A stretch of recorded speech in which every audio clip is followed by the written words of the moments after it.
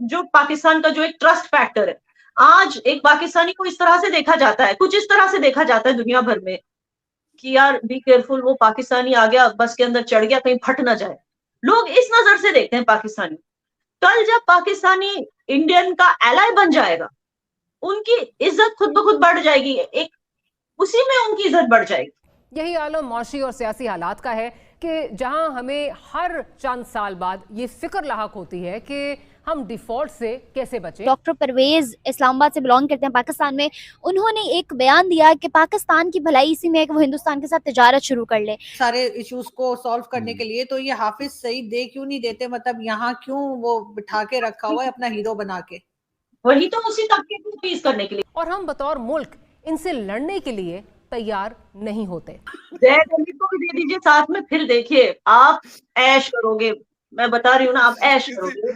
मेरे ख्याल से तो बिल्कुल करनी चाहिए, क्योंकि एक साउथ एशियन रीजन के हवाले से अगर बात की जाए तो India is one of the most biggest economical hub, और उनका बॉम्बे का बजट जो है हमारे पाकिस्तान के बजट से I believe so that it's bigger than that. देखिए हिंदुस्तान तो हमेशा आया था ना, लेकिन हमेशा आप लोगों ने बोलते हैं ना बैक स्टैबिंग की, हमेशा। क्या वो तो मोदी जी भी आ गए थे नवाज शरीफ से मिलने, उससे पहले वाजपेयी जी भी आए थे, लेकिन दोनों बार बैक स्टैबिंग ही हुई। पहले कारगिल वॉर कर दिया आपने, जब वाजपेयी जी मिलके आए तो आपने कारगिल वॉर कर दिया, जब मोदी जी मिलके आए तो आपने पठानकोट कर दिया।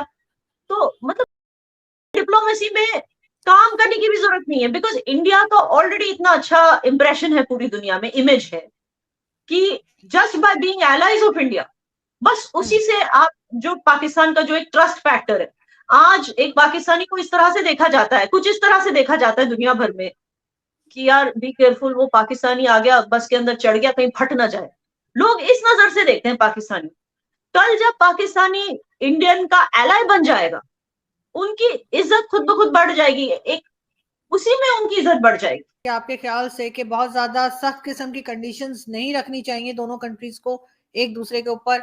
आपको लगता है कि कुछ थोड़ा सा हिंदुस्तान को भी हल्का फुल्का, जैसे कहते हैं कि पाकिस्तान की तरफ आना चाहिए? और पाकिस्तान तो खैर हम तो तैयार है।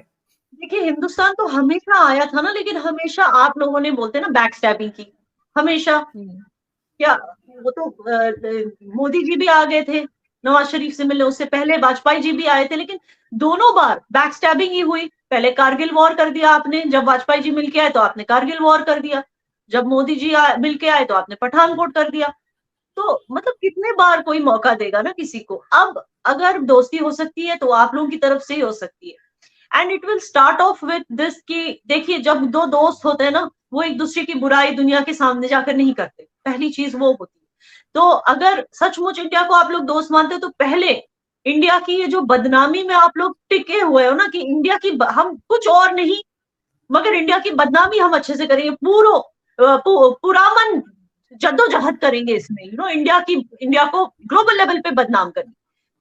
तो ये नहीं करना है आपको, पहली बात ये। दूसरा ये कि एक तो बदनाम नहीं करना है, दूसरा ये कि धोखा नहीं देना है, ठीक है ना, ये बहुत जरूरी है। और तीसरा ये कि basically see everything starts with that कि डिप्लोमेटिकली आपको इंडिया को बदनाम करना छोड़ देना है। और दूसरा ऑफ कोर्स जैसे हमने स्टार्ट ऑफ द शो में कहा था कि जिन जिन के नाम हमने बताए हैं डॉसियर में आप लोगों को दिए हैं, यू नो ये वो लोग हैं जिन्होंने हमारी सरजमीन पे गुनाह किए हैं, लोगों को मरवाया है, और जाहिर सी बात है कि इन पे जो कार्रवाई होगी वो हमारी सरजमीन पर होगी।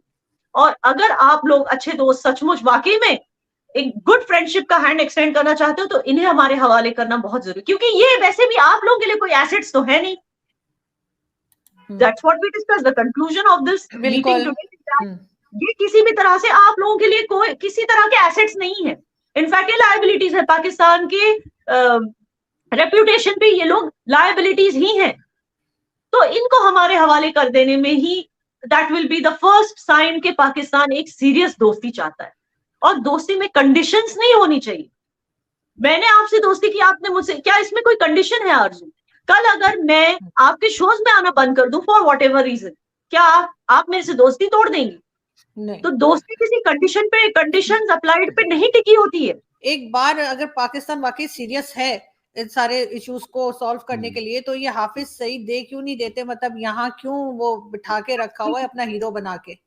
वही तो उसी तबके को अपीज करने के लिए, क्योंकि अगर हाफिज सईद को दे दिया तो कौन सा तबका बुरा मानेगा। हाफिज सईद दे दें तो मसला हल हो जाएगा, हाफिज सईद दे देते। एब्सोल्युटली हाफिज सईद को दे दो, बहुत हम टेलिंग यू, करेंगे क्या?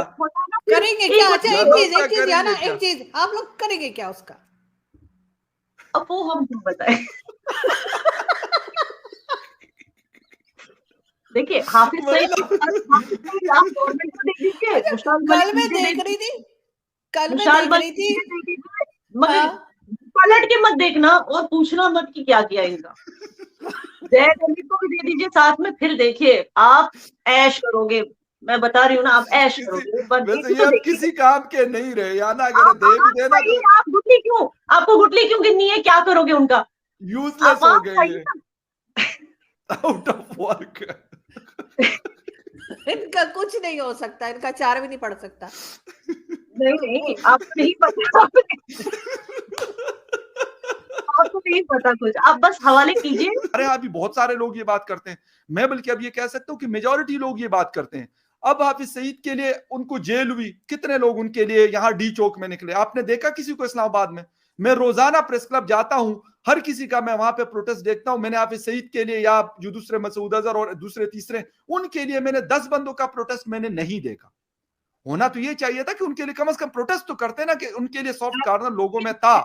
या फिर जिस तरह गिलानी साहब का जब इंतकाल हुआ था यहाँ पे, तो 10 लोग भी नहीं गए थे उनके जनाजे पे। That's what I am saying.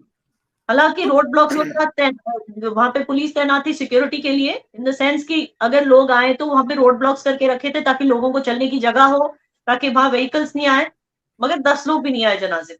तो यही चीज है दैट हुकूमत, पाकिस्तानी हुकूमत must move on from this old propaganda and start thinking fresh, कि इंडिया से हाथ मिलाने के सिवा उनके पास कोई और चारा नहीं। अगर इन्फ्लेशन कम करना है, अगर महंगाई कम करनी है,